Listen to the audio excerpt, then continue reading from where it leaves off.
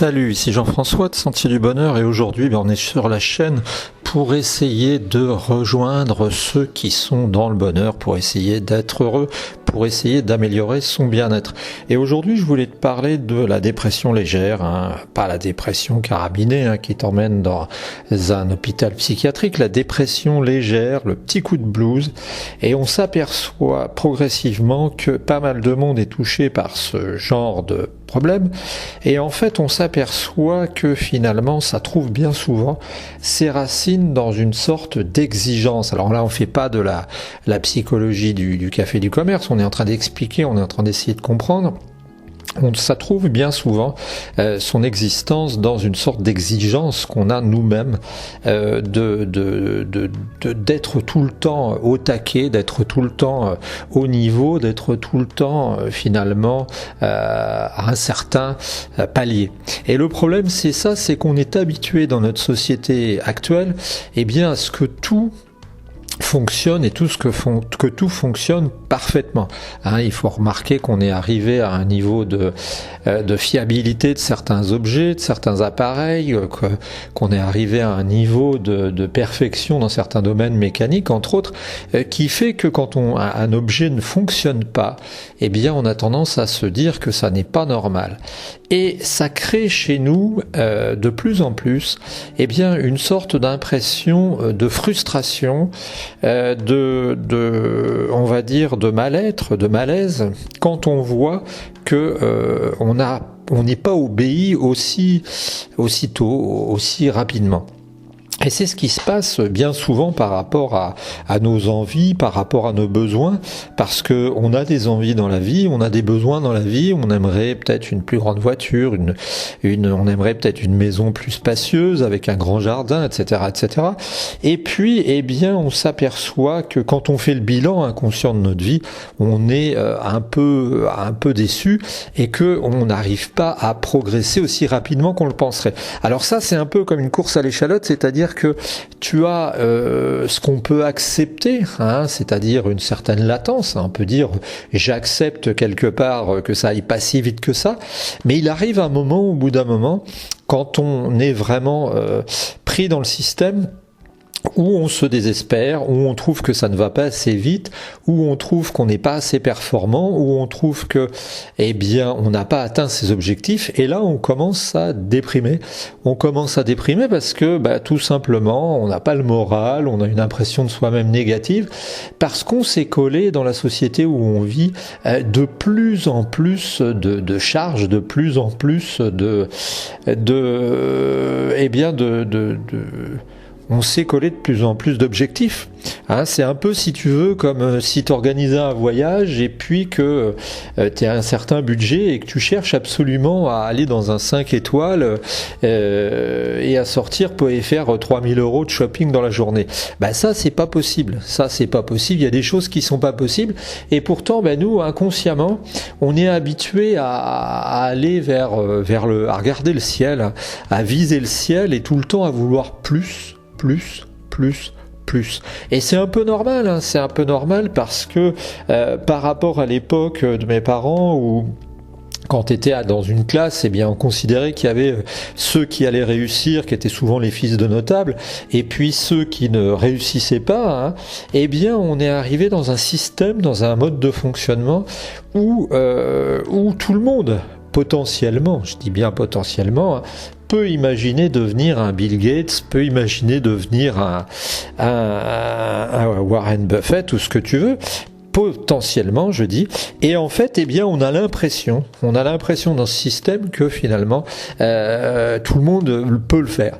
Or en fait tout ça c'est de la rigolade, tout ça c'est un peu du pipi de chat, parce qu'on sait très bien que même si certains y réussissent, c'est réservé à un certain pourcentage de gens qui parfois viennent de milieux riches comme Bill Gates. Ça n'a rien à voir avec entre l'enfance de Bill Gates et celle du créateur de Apple par exemple, mais aussi tout simplement parce que nous sommes habitués à à avoir des succès impressionnants devant nous, alors qu'à une certaine époque, les gens ne vivaient que dans un village, tu vois.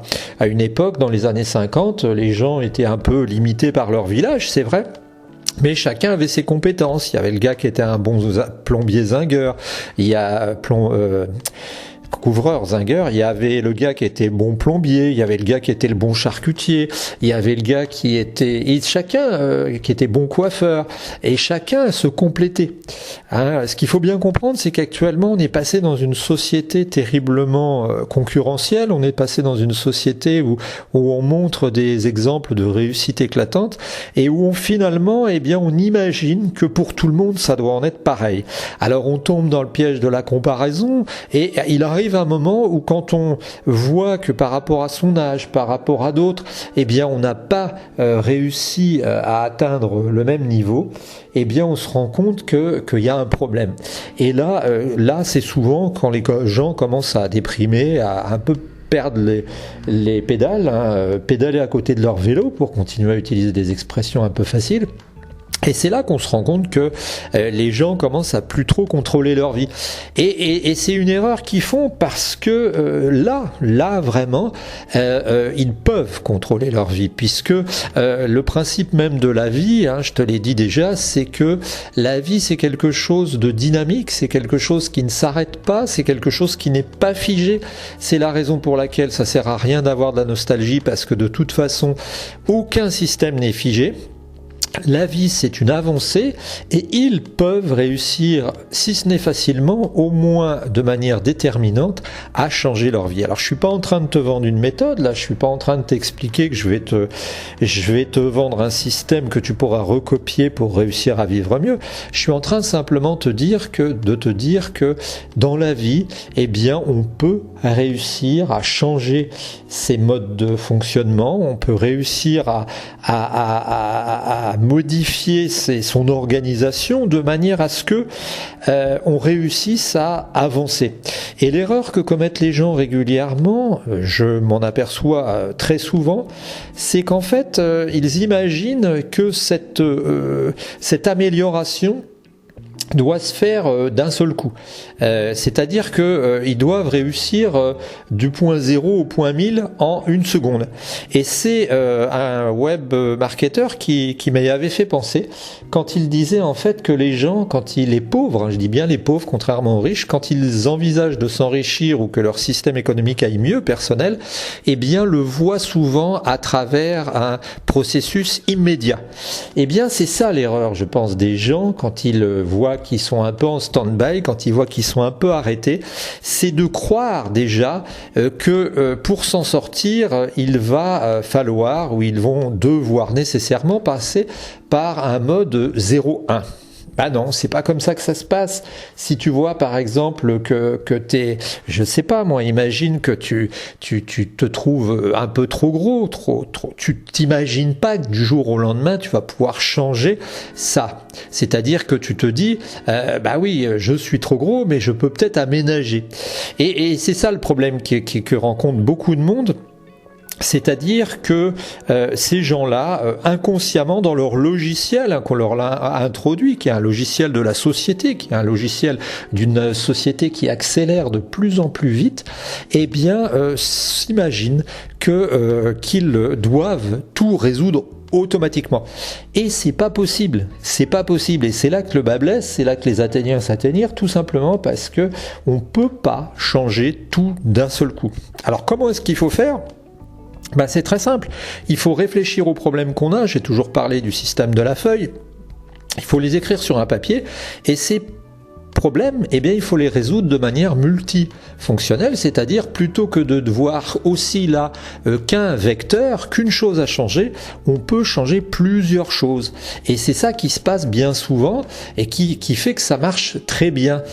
Ça marche par les médicaments, donner plusieurs médicaments complémentaires, parfois plusieurs principes actifs, et ça marche aussi quand on a par exemple, on veut maigrir, la solution c'est pas nécessairement d'arrêter de manger du jour au lendemain.